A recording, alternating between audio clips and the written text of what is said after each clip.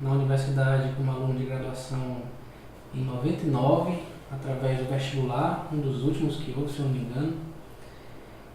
E nessa hora eu não estava ainda com muita certeza do curso, o que é que eu ia fazer. Eu apenas selecionei o curso de Engenharia Química pelo fato de reunir disciplinas que eu identifico, como Física, Química, Matemática, até um pouco de Biologia. Muito aprendizado, né? E durante esse tempo, já no comecinho, 2002, se eu não me engano, tive a oportunidade de entrar para fazer atividade de pesquisa como aluno de iniciação científica. E foi aí que eu conheci a pesquisa, né? Eu fui introduzido aos laboratórios, às atividades de laboratório, e peguei gosto.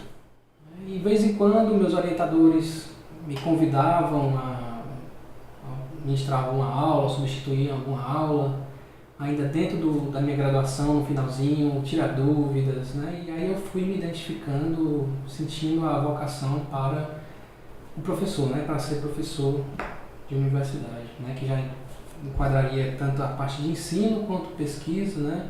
E eventualmente alguma atividade de extensão. Segui os conselhos dos meus orientadores, da minha orientadora na época, que foi a professora Diana, que hoje é a coordenadora desse bloco aqui, uma grande amiga minha, está sempre me acompanhando, uma pessoa que sempre me apoiou, e sugeriu fazer um mestrado, também no departamento de Engenharia Química. Eu peguei a segunda turma. Foi a segunda turma de mestrado. O curso de mestrado foi recém-criado e na segunda turma eu entrei. Fiz a defesa do mestrado, daí eu quis sair.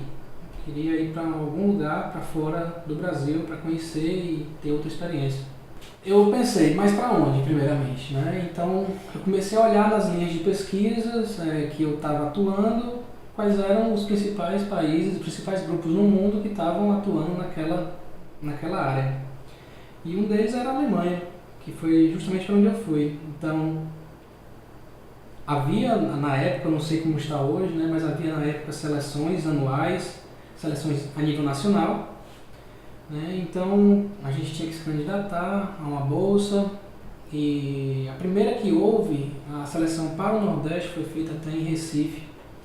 Me candidatei e acabei não sendo aprovado nessa primeira seleção. Mas nada estava perdido, né? Eu voltei da seleção, já com o mestrado defendido, já no ponto, mas eu consegui uma espécie de uma bolsa como contratado aqui, um técnico de laboratório, né? E continuei com minhas atividades de pesquisa aqui. E no ano seguinte teve mais uma seleção, e dessa vez eu estava mais preparado, eu sabia que eu ia encontrar na seleção, e dessa vez foi em Fortaleza.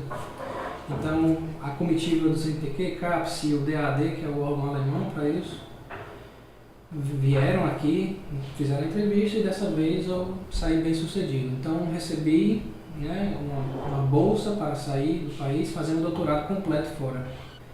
Terminei meu doutorado foi no comecinho de 2011. E quando eu voltei, coincidência ou sorte do destino mesmo, eu encontrei um concurso que já estava prestes a abrir, e esse concurso eu me candidatei, né, no mesmo departamento de onde eu saí, e acabei sendo passando para o concurso e consegui a vaga de professor no departamento de Engenharia Química. E aqui estou já com quase 3 anos de docência, né? Com várias experiências, assim, apesar do pouco tempo, bastante interessante. A respeito da minha experiência no exterior, que foi muito enriquecedora, foi muito boa, muita coisa a falar. Na verdade, eu fui para lá com quase nada de conhecimento da língua, né, o alemão. Eu tinha feito um semestre na Casa de Cultura aqui da UFC.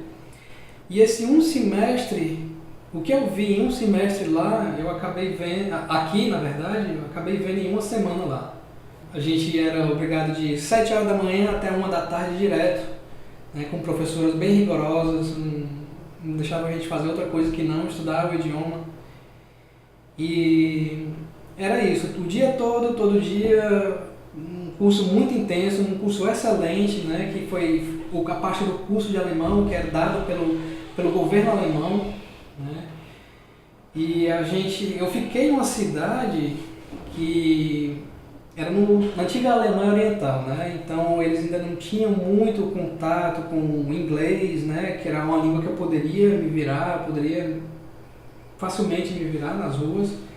Então lá eles conheciam mais o russo do que o inglês, então para mim era uma outra barreira, né? Então eu chegava na rua, às vezes comentava que queria fazer alguma coisa, até mesmo comprar um pão, ou seja lá o que for, e perguntava se fala inglês e na mesma hora negavam e tinha que sair no alemão. Então aos poucos a gente carregava um dicionário na rua até e tentava alguma coisa e eles percebiam que a gente estava tentando pelo menos e tentavam ajudar, né? Eu tive contato com a cultura em si, as coisas que funcionavam, né? O transporte eficaz e uma burocracia que existia, mas que funcionava, você via um resultado, né?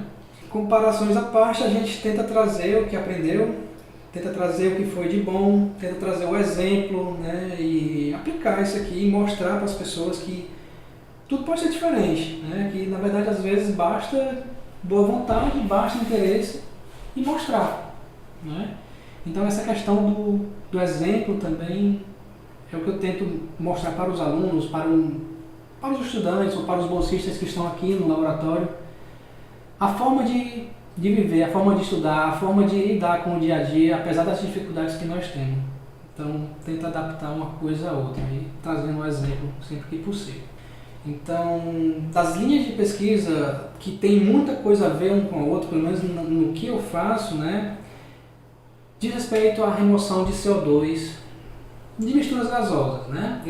Todo esse bloco aqui, eu vou passar daqui a pouco mostrando algumas células e alguns sistemas experimentais para medição, né, das capacidades que alguns materiais têm de remover o dióxido de carbono, né, de misturas gasosas, né, com o ar, por exemplo, né.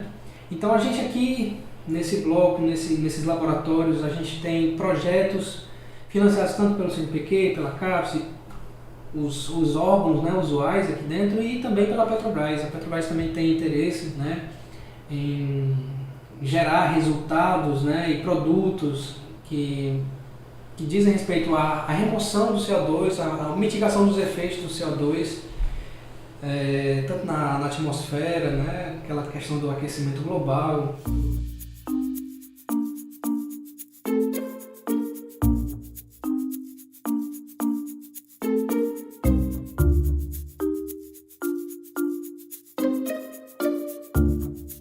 Né, que a gente consegue medir velocidades, né, de difusão de moléculas dentro de um determinado sólido, né.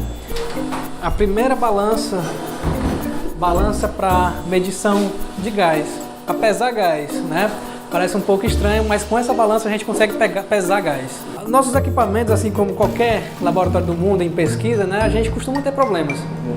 Isso é bem comum, Aí tem alguns alunos que apelam até pro lado religioso, né, para ver se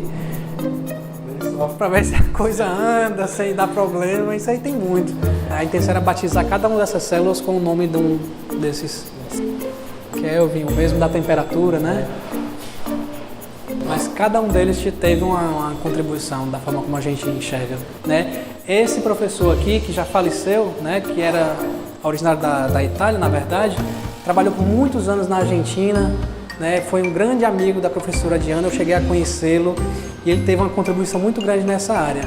Então eu gostaria de agradecer aqui ao pessoal do Projeto Casa, pelo vídeo, pela disponibilidade de tempo, por estar aqui acompanhando e fazendo esse registro aqui da evolução da minha carreira aqui dentro da universidade. Obrigado.